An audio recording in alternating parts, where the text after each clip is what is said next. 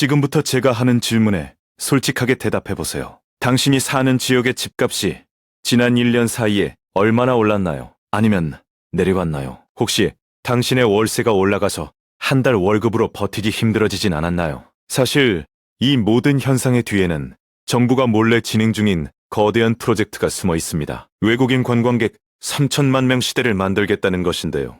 지금부터 이것이 당신의 지갑에 구체적으로 얼마나 영향을 미치는지를 보여드리겠습니다. 당신이 현재 사는 도시가 어디든 이 영상을 끝까지 보고 나면 당신이 수혜자인지 피해자인지가 명확해질 겁니다. 더 기막힌 건요. 당신이 지금 집을 사려고 한다면 이 정책 때문에 수백만 원의 손실을 막을 수 있다는 거예요. 그 이유를 지금부터 차근차근 풀어서 설명하겠습니다. 먼저 이 현상이 정말 일어나고 있는지를 숫자로 보겠습니다. 작년 같은 기간과 비교했을 때 제주도의 집값이 평균 얼마나 올랐을 것 같나요? 기사를 찾아봤더니 제주도 지역 아파트 평균 가격이 작년 대비 180% 올랐습니다. 단 1년 사이에요. 인천 송도의 경우는 어떨까요? 인천 송도 신도시의 집값도 지난 1년간 15% 상승했습니다. 부산은요? 부산 해운대와 중구 일대 집값이 평균 20% 이상 올랐더라고요. 이런 현상이 정말 거대한 프로젝트 때문일까요? 아니면 그냥 우연일까요?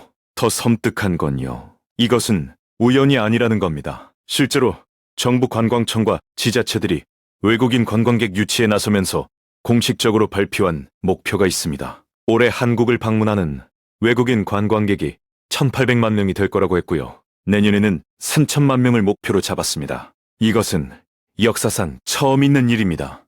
외국인 관광객이 몰려온다는 것이 왜 집값 상승과 연결될까요?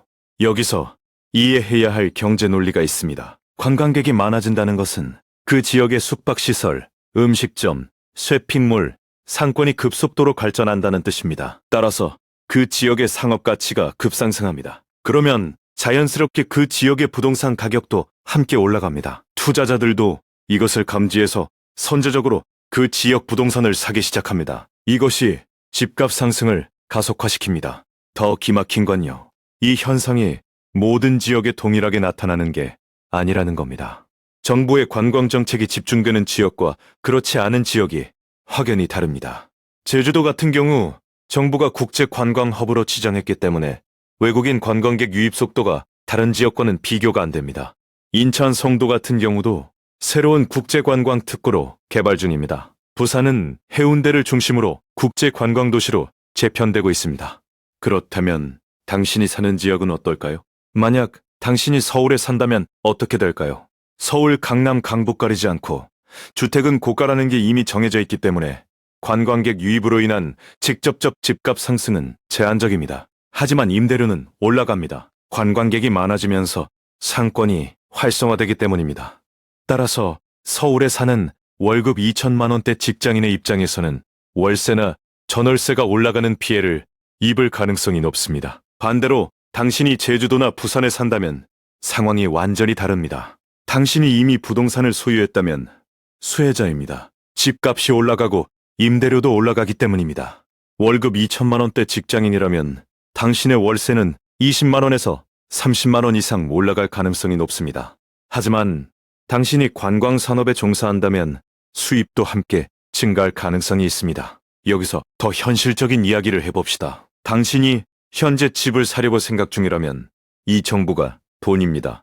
정부가 관광 정책을 집중하려는 지역들을 미리 파악하고 그곳에 부동산을 사는 것과 사지 않는 것의 차이는 수백만 원에서 수천만 원이 될 수 있기 때문입니다. 지난해 제주도 아파트를 샀던 사람과 지금 사려는 사람의 수익률이 천차만별인 이유가 바로 이것입니다. 더 섬뜩한 건요.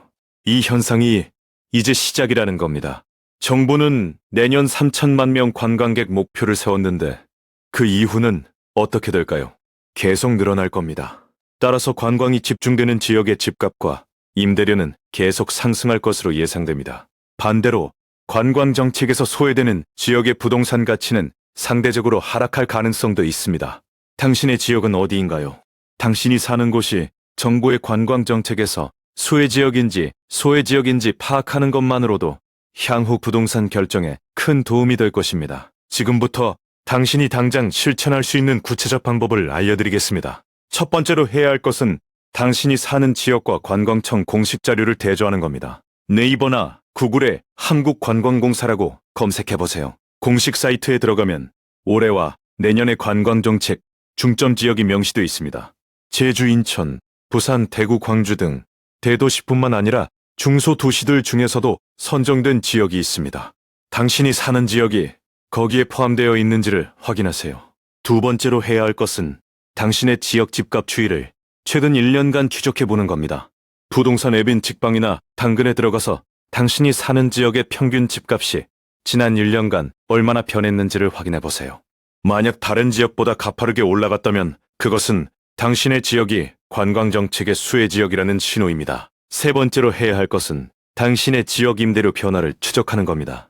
당신이 월세나 전월세에 산다면 더욱 중요합니다. 최근 1년간 당신의 지역 평균 월세가 얼마나 올라갔는지를 파악해야 합니다. 만약 평균 이상으로 올랐다면 당신은 피해자일 가능성이 높습니다. 이 경우 당신이 할 수 있는 것은 선택지가 제한적입니다. 첫째, 계속 버티거나, 둘째, 월세가 낮은 지역으로 이주하거나, 셋째, 부동산을 구매하거나 중 하나를 선택해야 합니다.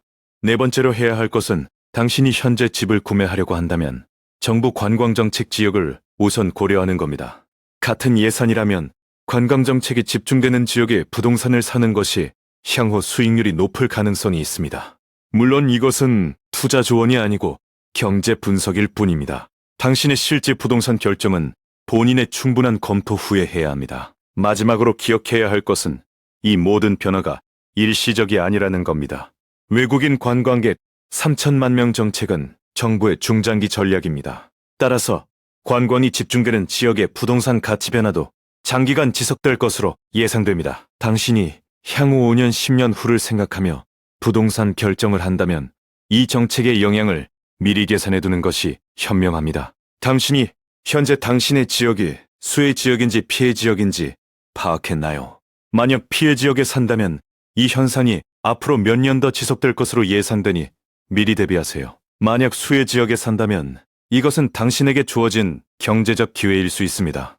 당신의 월급이 올라갈 가능성도 있고 당신의 자산 가치가 올라갈 가능성도 있습니다. 오늘 말씀드린 내용이 당신의 부동산 결정과 재무 계획에 도움이 되길 바랍니다. 당신이 사는 지역의 현황을 정확히 파악하고 그에 맞는 전략을 세운다면 앞으로 올 경제 변화에서 피해를 최소화하고 기회를 최대화할 수 있을 것입니다. 오늘도 시청해주셔서 감사합니다.